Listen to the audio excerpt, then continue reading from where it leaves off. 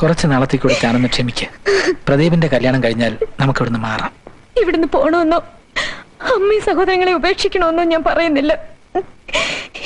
എന്റെ അച്ഛൻ വന്നിട്ട് ഒന്ന് വീട്ടിൽ പോകാൻ പോലും സമ്മതിക്കില്ല എന്ന് പറഞ്ഞ എന്റെ അമ്മയ്ക്ക് തീരെ സുഖമില്ലാഞ്ഞിട്ടല്ലേ. തനിക്കിപ്പോ വീട്ടിൽ പോയി അമ്മ ഒന്ന് കാണണം, അത്രയല്ലേ ഉള്ളൂ. ഞാൻ അമ്മയുടെ സമ്മതം മേടിച്ചോളാം.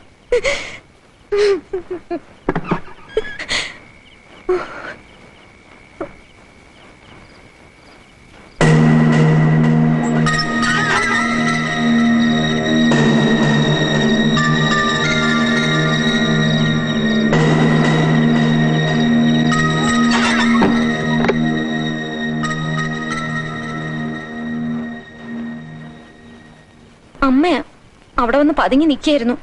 അമ്മയോ? ഏതായാലും നാളെ അമ്മയുടെ ഒരു കാര്യം പറഞ്ഞേക്ക്. ഇങ്ങനെ ഫ്രീ ഷോ കാണുന്ന വളരെ മോശമാ. ഒരു തറ ടിക്കറ്റ് എങ്കിലും എടുക്കണമെന്ന്. തനിക്ക് നല്ല ഡയലോഗൊക്കെ പറയാൻ അറിയാലോ. ജനല കുറ്റിയിട്ടുണ്ടോ? വേണേ പോയി നോക്ക്.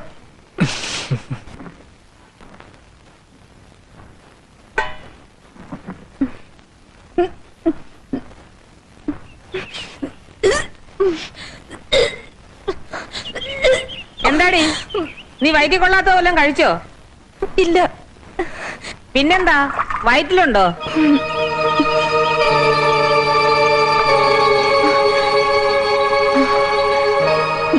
ഓ, കല്യാണം കഴിഞ്ഞ് 3 മാസം തികഞ്ഞില്ല, അതിനു മുൻപ് തുടങ്ങി ഛർദിലും കൊരവേ. നാട്ടുകാര് കളിയാക്കി ചിരിച്ചാലേ നാണക്കേട് എന്റെ മോനാ. മതി മതി നിന്ന് ചിണുങ്ങിയത്, വേഗം അരച്ചെടുക്കാൻ നോക്ക്.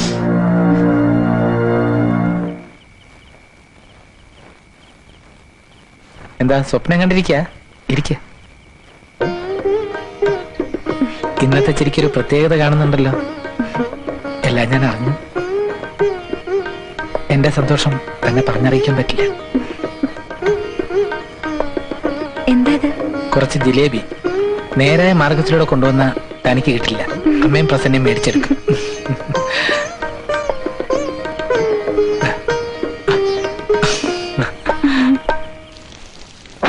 ഭഗവാനേ ഗുരുവായൂരപ്പ, വന്ന് കേറിയില്ല, അതിനു മുൻപേ അവക്ക് പെറ്റിടാനല്ലേ ധൃതി. നീ ആ കുടുംബാസൂത്രണ കേന്ദ്രത്തിലെങ്ങാനും കൊണ്ട് അതങ്ങ് അലസിപ്പിച്ച് കളഞ്ഞേക്ക്. വീട് പുതുക്കിപ്പണിയണം. പ്രദീപിന്റെയും പ്രസന്നയുടെയും കല്യാണം നടത്തണം. പ്രസാദന്റെ ജോലിക്കാര്യത്തിന് വേണ്ടി കുറച്ച് കാശ് കൊടുക്കണം. ഇത്രയും ഉത്തരവാദിത്വം നിനക്കുള്ളപ്പോ അവളൊരു കുഞ്ഞിനെ പെറ്റിട്ടാൽ എങ്ങനെ വളർത്താനാ? നീ എന്താ ഒന്നും മിണ്ടാത്തത്? ഞാൻ വിദ്യയോട് അമ്മ പറഞ്ഞത് സൂചിപ്പിച്ചു. അവളൊട്ടും സമ്മതിക്കുന്നില്ല. അവളല്ലേലും അതിന് സമ്മതിക്കത്തില്ല. ഉടനെ ഒരു കുട്ടിയുണ്ടായാലേ സ്ത്രീധന ബാക്കി തരാതെ കഴിച്ചു കൂട്ടാവല്ലോ. അവളും വീട്ടുകാരും കൂടെ ഉള്ള ഒരു ഒത്തുകളിയാടായത്. അതങ്ങ് മനസ്സിലിരിക്കത്തേ ഉള്ളൂ. തരാനുള്ളത് തന്നില്ലെങ്കിലേ മോള് വീട്ടിലിരിക്കും. എന്നാലും വിദ്യയെ വിഷമിപ്പിച്ചുകൊണ്ട്. എടാ, നിനക്കൊരു കുട്ടി വേണോ വേണ്ട എന്ന് തീരുമാനിക്കേണ്ടത് നീയാ, അവളല്ല. ഇതുവരെ അമ്മ പറഞ്ഞതല്ല ഞാൻ അനുസരിച്ചിട്ടുണ്ട്. പക്ഷെ ഈ ഒരു കാര്യത്തിന് മാത്രം അമ്മേനെ നിർബന്ധിക്കരുത്. അവളൊന്ന് കരഞ്ഞു കാണിച്ചപ്പോഴേക്കും നീ ആളങ്ങ് മാറിയല്ലോടാ. ഈ അലവലാദികളുമായിട്ടുള്ള ബന്ധത്തിന് സമ്മതിച്ച എന്നെ പറഞ്ഞാ മതി. അമ്മ പറയുന്ന ഒക്കെ ശരിയാ. എനിക്കിപ്പോ തോന്നുന്നു കല്യാണമേ വേണ്ടായിരുന്നു. ചേച്ചി ചേച്ചി ആ വിശേഷങ്ങളൊക്കെ ഞാൻ അറിഞ്ഞു. അങ്ങനെ ചേച്ചി ഒരു മുത്തശ്ശിയാവാൻ പോവാ അല്ലേ? ചെലവുണ്ട്. അല്ല, പ്രശാന്തൻ ആളൊരു മിടുക്കനാണല്ലോ. നീ ഒന്ന് പതുക്കെ പറ. ചേച്ചി എന്തിനെന്നെ കാണണമെന്ന് പറഞ്ഞേ? നീ ഒന്നിങ്ങി വന്നേ. കാശ് കാശ് കാശ് തരാനാണോ? എന്തിനാ? പ്രശാന്തനെ വിദ്യം വിചാരിച്ചില്ല അവർക്ക് ഇത്ര പെട്ടെന്ന് കുട്ടികൾ ഉണ്ടാവുമെന്ന്. അവർക്ക് 1 വർഷം കൂടെ കഴിഞ്ഞിട്ട് മതിയെന്നാ പറയുന്നത്. ഹോസ്പിറ്റലിൽ പോകാനേ അവർക്ക് നാണക്കേട്. കല്യാണം കഴിക്കാത്ത പെമ്പിള്ളേര് വരെ ഒരു കൂസലും കൂടാതെ ആശുപത്രിയിൽ പോയിട്ട് കാര്യം കഴിച്ചു പോരുന്നു. പിന്നെ ഇവർക്ക് എന്താ അത്ര വലിയ നാണക്കേട്? കുറച്ചു നാളൂടെ കളിച്ചും ചിരിച്ചും ഒക്കെ കഴിഞ്ഞു കൂടാമെന്ന് വിചാരിച്ചിട്ടായിരിക്കാം. ശാന്തം വന്ന് നിർബന്ധിച്ചപ്പോഴേ ഞാനങ്ങ് സമ്മതിച്ചു.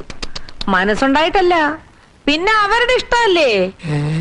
ആ, നീ പോയി ആ കേശം വൈദ്യനെ ഒന്ന് കാണണം. എന്തിനാ ചേച്ചി?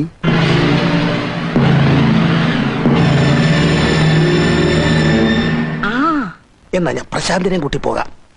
അയ്യോ, അവന് നാണമാ. നീ തനിച്ചു പോയാ മതി. ദേ, ഈ കാര്യം നീ ഞാനും അല്ലാതെ മറ്റൊരു ചെവി അറിയാൻ പാടില്ല. വേണ്ട, അറിയണ്ട.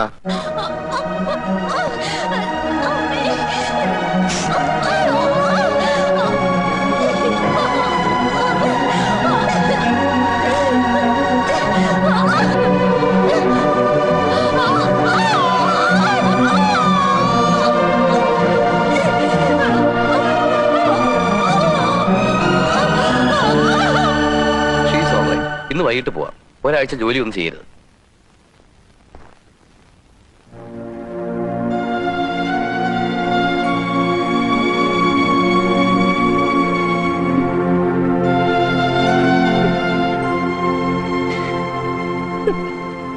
കുഞ്ഞ്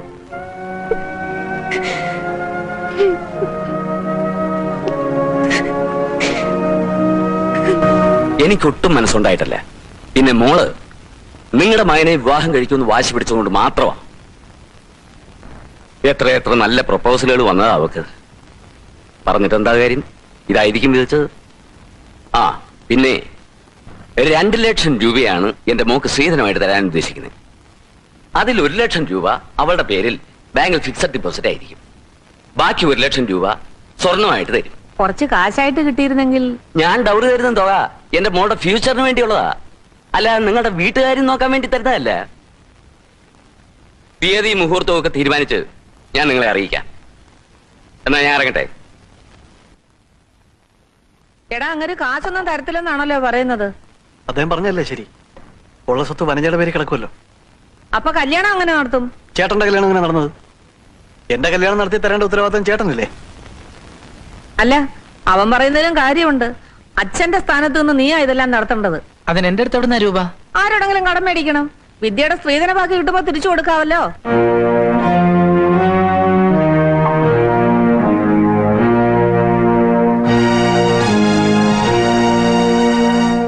ഗോപാലന്മാര് പറഞ്ഞപ്പോഴാണ് അറിയണത് ഇന്നാ പ്രശാന്തന്റെ അനിയന്റെ കല്യാണം. അവരെന്താ നമ്മളെ അറിയിക്കായിരുന്നു? കുറി അയച്ചിട്ടുണ്ട്, അതും ഇന്നാ കിട്ടിയത്. ബന്ധുക്കാരെന്ന നിലയില് നമ്മളൊന്നും വന്ന് വിളിക്കേണ്ടതല്ലേ? അതല്ലേ അതിന്റെ ഒരു മര്യാദ. പെട്ടെന്നായിരിക്കും, ചിലപ്പോ വിളിക്കാനുള്ള സമയം കിട്ടിക്കാണില്ല. അച്ഛൻ ഇത്ര കണ്ട് പാവായി പോയല്ലോ. സമയമൊന്നും കിട്ടാഞ്ഞിട്ടല്ല, അവരുടെ നിലയ്ക്കും വിലയ്ക്കും നമ്മൾ ചെല്ലുന്ന നാണക്കേടായിരിക്കും. എത്രയും നേരത്തെ കൊടുക്കാനുള്ള രൂപ അങ്ങോട്ട് കൊടുത്തയച്ചാലേ വിദ്യക്ക് മനസമാധാനത്തോടെ അവിടെ ജീവിക്കാനൊക്കൂ.